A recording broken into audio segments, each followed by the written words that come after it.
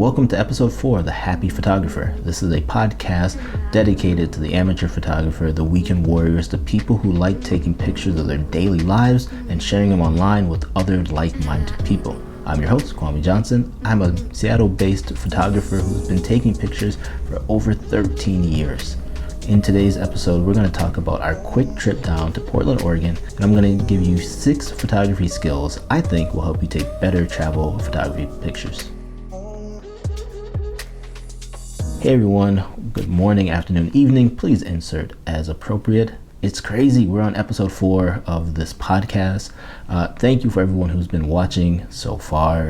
It's really been an amazing ride to see, and it's been really trippy to open up my podcast player and see my own name and podcast in it. So that's pretty cool.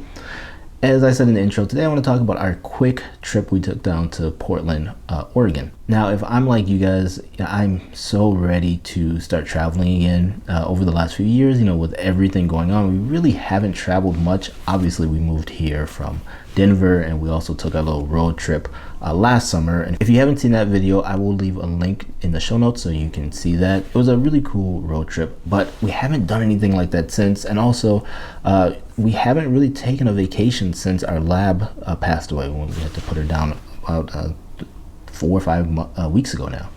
So this was a great way to kind of get out, and I really wanted to test some new setups for traveling and some of the gear that I've picked up over the last couple of years, which I really haven't used for travel photography. But also, this wasn't a photography trip, right? This was just a family trip. My wife, son, and our dog, our other dog, just decided to go last minute and explore Portland. Now, the nice part about Portland is it's only 3 hours away from where we live here in Seattle. So it was a nice, literally get on Highway 5, I believe, and just straight down into Portland. And it was a really, really cool area. Now, I did not pack well for this trip, and I'm glad we got this trip under our belt so I can start working out the kinks in my travel photography gear. I will do a separate video. So if you're listening to the audio version, I also do YouTube videos. So I'm going to do a separate video about my my minimal travel photography gear because I think it works better in video format. So make sure that you go over to YouTube, like and subscribe to the channel so you will get notified when that is available. If you are listening to the audio version of this podcast, I will have a link down below in the show notes so you can see the pictures that I'm showing in the video. Portland is a place all within itself. It's like this, they say keep Portland weird, and I loved it. Where we stayed, I think we stayed like in the arts district, but it was an amazing vibe. We stayed in like it wasn't really a tiny house, but it was a smaller home, 1 bedroom, a loft, and then they converted the looks like the entryway into like the living room area. Really cool. I wish I would have taken a picture of that living room area, which I didn't do, but we'll talk about that here later on. But overall, it was a really good trip, and it was nice to get out of the house. We went and saw some waterfalls. Now, unfortunately, it was raining the second day we were there. So the first day we got in on a Sunday afternoon, and then we left Tuesday morning. So we were only there for literally 2 days total. And so the first day that Sunday we checked out some waterfalls, really cool, and we took a scenic highway that it wasn't like we didn't go that far down the highway, but it was really nice, and it was I can't wait to go back in the fall when the leaves are changing because I think it would look really amazing. Monday we were gonna go check out some other places, but it was just raining the whole day, and it wasn't like light drizzle, it was like full-blown rain. So that Monday we decided to just check out the bookstore, a famous bookstore that's down there. My kid loves to read, so we hung out there for a little bit. There were so many books and so many photography books that I wanted to buy. I did start writing down on my phone different books I wanted to try to find in the library. If not, I would order them from the bookstore. The other thing that I loved about Portland, at least in the area that we stayed at, is they have an amazing food truck scene. I mean, it was really crazy to see all these food trucks and all these places you could order from on DoorDash or other places. and they're food trucks, and the food was actually really, really good. I wish I would have taken more pictures of the food, but yeah, it was a really fun trip. It was a really great way to get back into the travel mindset, getting back in the habit of like, okay, what do I pack? What gear do I need? How many pairs of clothes do I need? All that stuff was nice to do, and having a destination that wasn't too far was nice, because if we really needed to, we could have just popped back like the same day and come back home. I brought the lightest gear I've ever brought with me. It was the Ricoh GR3X and the Fuji XF10, and then my DJI Osmo Action. That's it. No other camera, no A7 II, no A6100, no other lenses, just those three cameras. And the Osmo I just used for video. So really just those two cameras. But again, we'll talk more about that later. Now, I do want to give you 6 photography skills or tips or things to think about when you're traveling that will make your pictures better. Number 1, I think this goes without saying, when you're traveling, portrait photography is really, really big, at least for me, because it gives you a sense of like what the feel and the vibe of the city is, especially if you're, focusing on your own family or doing some street photography. There's a picture when we were driving, we stopped in Olympia, Washington, which is the state capital of Washington, and there was these 3 people playing they had like a little band, and they were, I think, called like the Masked Band or something like that. It was pretty cool. I gave them a tip and took a couple pictures of them. Something I like to do is make sure I ask if I'm doing like a picture, like I said, of those 3 people playing the instruments. Number 2 are landscapes. Now for me, landscapes whenever we travel is something I always focus on, and not just nature landscapes, but like cityscapes too. While we were in Portland, of course, there were plenty of opportunities for some amazing landscapes, especially like the waterfalls and things like that, but also doing taking pictures of the street art that was down there, taking pictures inside the bookstore, like all those type of things to me count as landscapes or cityscapes. Now again, it wasn't the greatest, so we couldn't go outside, like hike around the Japanese gardens or anything like that. But if you have those opportunities, obviously landscape photography is something you want to focus on when you're traveling. Number 3, and this might surprise you, but macro photography. Yes, it's nice to get like nice landscapes, nice to get really cool cityscapes of the buildings and things like that. But what about the little details, like the door handle on your Airbnb, if it's like a really cool door handle, or chandelier of a restaurant or something you're going to? Make sure you look at the details, because those details will also give you opportunities to tell the story of the places that you're visiting. It's something that I overlooked for a long time, but then I watched a video. I forgot the gentleman's name, 30 by 60 Design Studios. If I can find the video, I will leave it in the show notes. It was really interesting to see what he looked for when he's traveling. And because he's an architect, he's always looking at the details of the buildings and like his hotel room and things like that.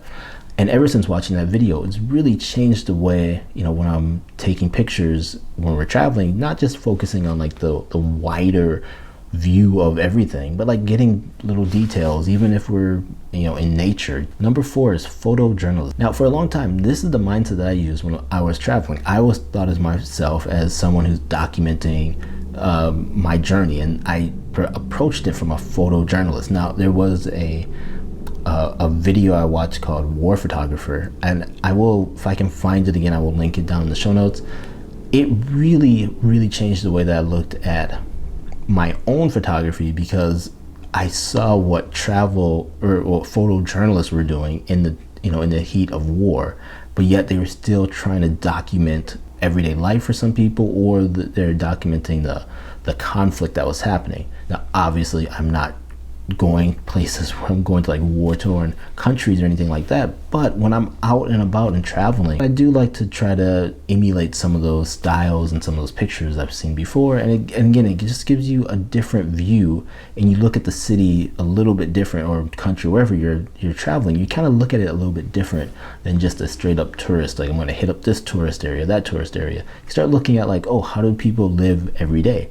Then the other kind of cool part of that is you start talking to people if you're comfortable, and they open up. And if they open up to you with your camera, they're going to let you in and take pictures of things that you would never have the opportunity to take pictures of. So Again, the photojournalism is more of a mindset than like an actual photography style, like macro, landscapes, or portraits, but it's the mindset of just being curious and open to the places that you're going. Number 5, action. Of course, if you're on vacation and you're traveling, there's going to be things that are action, and it's not just like sports or bull riding or anything like that, but traffic. If there's a lot of traffic coming in our case in Portland, there was like really cool cable cars that were driving through the city, and it's something that I don't see here in Seattle where we live, so it was pretty cool to see that over there. And number 6, family. If you're like me and you are so excited about taking pictures, sometimes you have to remind yourself that you're here with your family members and you should take pictures of them in really cool areas, but also make sure you're in the pictures. That's something I am not the greatest at, and I'm sure a lot of other photographers aren't great at. Is we're good at documenting our family or documenting our trips, but we're not good at taking pictures, like turning the camera around or handing the camera off to other people. My wife, thank God, is pretty good with her iPhone, and she takes amazing pictures of us. She's mastered the self-portrait. I don't call it selfie, call it self-portrait here.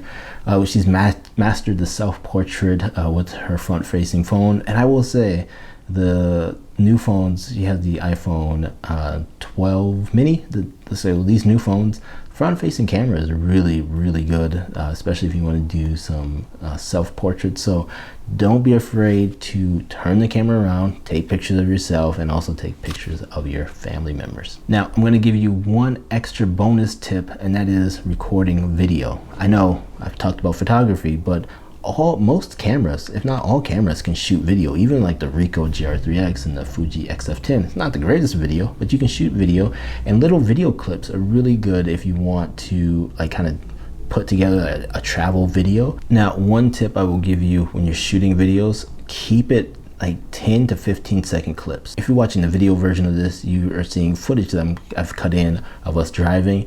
Obviously that is longer than the 10 to 15 second clips that I talk about, but in that case we mounted the Osmo Action on the front of the car, and then as we were driving down the scenic highway, we were just recording 4K video, 4K, 1080p, I can't remember. We were recording video of that. Now, we've done that before in Colorado, and on our road trip, we will use that little Osmo Action and get some amazing video. So that is all I have for this episode. As always, I'm going to let you know this podcast just isn't about me talking to you. It's about you sharing your story with not just me, but other people who who are the weekend warriors, the amateur photographers, all that good stuff. I want to hear from you. Now, what's really cool, I created a form on my website. I will leave the link down below in this episode, where if you want to be a guest on this podcast and you want to share your story and talk about your pictures and all that good stuff, fill out the form, and I will get you scheduled at some point, and we can have a conversation. If you've made it all the way to the end, thank you. I really do appreciate you listening to this podcast episode. If you would mind, please help me out by supporting the channel in 2 really easy ways. One, if you're watching this on YouTube, please hit the like and subscribe button. That's all you have to do. If you're listening to this on, in an audio version, please leave a review on whatever device you're listening on. So if it's like Apple Podcasts, Spotify, Google Play Music, wherever you're listening to, please leave a 5-star review. Let people know that you like this type of content. That way it can get out to other people. Now, the other way you can help the channel and help myself out is on my website. I have a link, an Amazon affiliate link. All that does is, if you hit the link, if you're going to buy something on Amazon, doesn't matter what it is, if you hit that link, I get a small commission of that, of whatever you buy, and it does help me be able to fund this channel and fund all the other projects that I have going on, and possibly some giveaways later on this summer. Thank you as always for listening or watching this podcast. I will see you in the next episode of The Happy Photographer. Get out there and take some pictures. Talk to you guys later. Bye bye.